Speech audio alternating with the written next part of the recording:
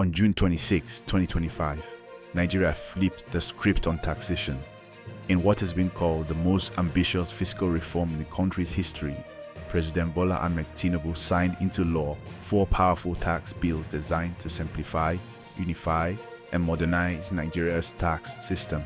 They are generically referred to as the tax reform bills. Let's cut to the chase. For decades, Nigeria's tax system was broken. Over 200 taxes scattered across federal, state, and local levels. Confusing, burdensome, corrupt, but that changes now. With the signing of the Nigerian Revenue Service Bill, Tax Administration Bill, Joint Revenue Board Bill, and the Unified Tax Code Bill, here is what you get. 1. A single tax body. The Nigerian Revenue Service, NRS, now oversees all federal tax collections. 2. One rulebook. Over 200 taxes harmonized into a single digitized legal framework. 3. Simplified tax filing. Digital-first processes, real-time databases, and AI-driven compliance checks. Cooperation, not conflict, between federal and state authorities under the new Joint Revenue Board. How does this affect the common Nigerian? Remote workers, Nigerian businesses, state and local government tax authorities, foreign investors, and the Nigerian economy. How about the fears or reservations? Well, let's dive in. Whether you're a teacher, 30, trader, or tailor, here's what and how this bill affects your paycheck. New income tax threshold effective January 1, 2026. If you earn 1.3 million naira annually and below, it means you are exempted from personal income tax. That is to say, if you earn 108,000 naira monthly, you'll be tax-free. Some people are saying that if you earn 250,000 naira monthly in Nigeria, you're also exempted from paying tax. Well, on the 27th of June, the chairman of the Presidential Committee on Fiscal Policy and Tax Reforms, Mr. Taiwo Oyedele, clarified that the only people entitled to tax exemption if their total earning doesn't exceed 250,000 naira in a month are families whose total income is less than or equal to 250,000 naira monthly. That is to say, if both partners are working and their combined total earning in a month is not over 250,000, then they're exempted from paying tax. But if their combined total earning exceeds 250,000 naira, they still have to pay taxes, but it's going to be lesser than they are currently paying. How about those who are single, no family or dependents? Well, if you earn above 108,000 naira monthly, you still have to pay taxes, but of course at a reduced rate. So if you're earning between 1.4 million and 9.6 million annually, you qualify for progressive tax discount and increased deduction on dependent, school fees, and pension. Even if you earn beyond 250,000 and you have families to take care of, you pay school fees and some other things, you are entitled to some progressive tax discounts. And that sounds really good. Interestingly, there will be now e-filing system, so you don't have to go physically to file your taxes. No more hidden deductions, no more multiple tax forms. And if you're self-employed or freelancing from home, it gets even better. That is for the remote workers. So for example, you work for a US-based company, you are coding in Lagos or Abuja or anywhere within the country, but you report to your headquarters in New York. You earn in dollars. Do you have to pay Nigerian taxes? Yes, but fairly and transparently. Do not forget that for every bank account now, it is tied to a bank verification number, popularly known as a BVN. So for those who do remote work, of course you're going to be paid through your bank account or any other account, but it has to be tied to your BVN. You now fall under the category referred to as digital income residency or digital income residency rules.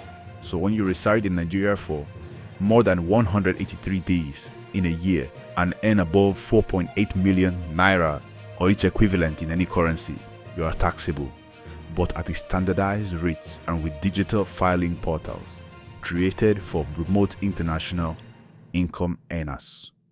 No more guesswork, no harassment or double taxation, thanks to treaties embedded in the reform law.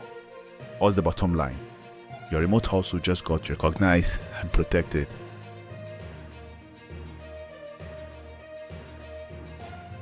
Maybe with this, The men of the Nigerian police will stop harassing young Nigerian techies. It is very important. How about businesses? Here's where the Nigerian businesses should be celebrating. There will be tax exemption now for small businesses with annual turnover below 25 million naira or its equivalent. Zero company income tax, zero VAT. If your turnover is between 25 million and 100 million annually, you get 20% tax rate cut, which is to be 30%.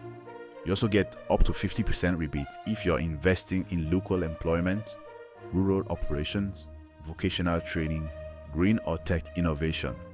How about if your business is registered under the last 5 years? Well, you're getting 2 years tax holiday. Renewable if you meet road and employment criteria. What's the bottom line? Start small, grow fast, pay later. This is fantastic. How about the states? Will they still collect their taxes? What happens to local tax boards and revenue officers? Yes, state will still collect taxes, but under a new playbook. All state revenue services now operate within the Joint Revenue Board. Data is shared in real time with Nigerian Revenue Service to avoid double taxation. States can no longer impose unauthorized levies or run parallel tax systems. Revenue sharing is now tied to performance. If a state derives economic activity, it earns more. What's the bottom line? States become partners, not competitors in the tax space. How about foreign investors? Why would a foreign investor choose Nigeria over Ghana, Rwanda, or Kenya? This tax reform just made that decision easier. Number 1, simplify tax compliance means reduce risk.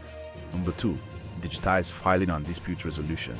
Zero bureaucracy, so you don't need to go stand in a tax office and try lobbying someone. You can do that from the comfort of your location.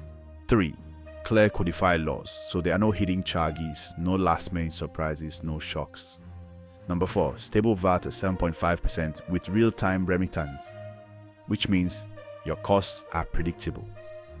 Number 5, sector-specific incentives. So foreign firms investing in agriculture, energy, information communication and technology, or infrastructure get up to 5-year tax holiday. You get duty-free imports for your equipment and land and local licensing support. What's the bottom line? Nigeria becomes investable, not just in talk, but in structure. Now, how about the economy? How will this boost the Nigerian economy?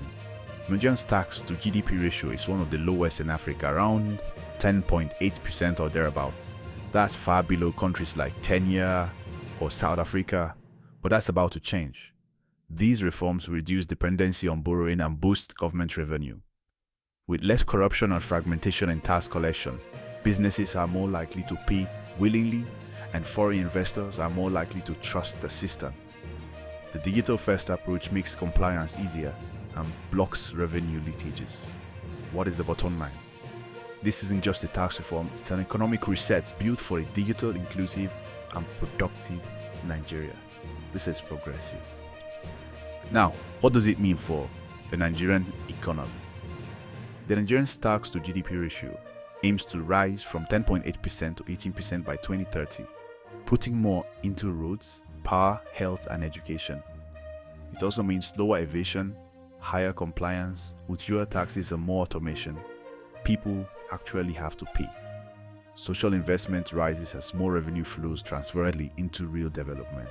The bottom line is not about paying more, it's about paying smart and finally seeing results. Now, are there fears? Yes, of course. So analysts, state governors, and professionals have expressed concerns. In the next episode, we'll deal with these fears with a view to analyzing them to see if they really hold some water. The Nigerian government has touted this as more than economic reform. They say it's economic revolution. For the people, by the people, through policy. Whether for digital nomad, a growing SME, a foreign investor, or just a citizen who wants a better Nigeria. While we neither agree nor disagree with them, we would patiently wait for January 2026, when implementation starts, and see how well it turns out. Please share this video, drop your thoughts in the comment section. Is this the tax breakthrough Nigeria has been waiting for? Let's talk. Until next time, stay informed, stay empowered, and stay hopeful. This is Fixed Africa News Network.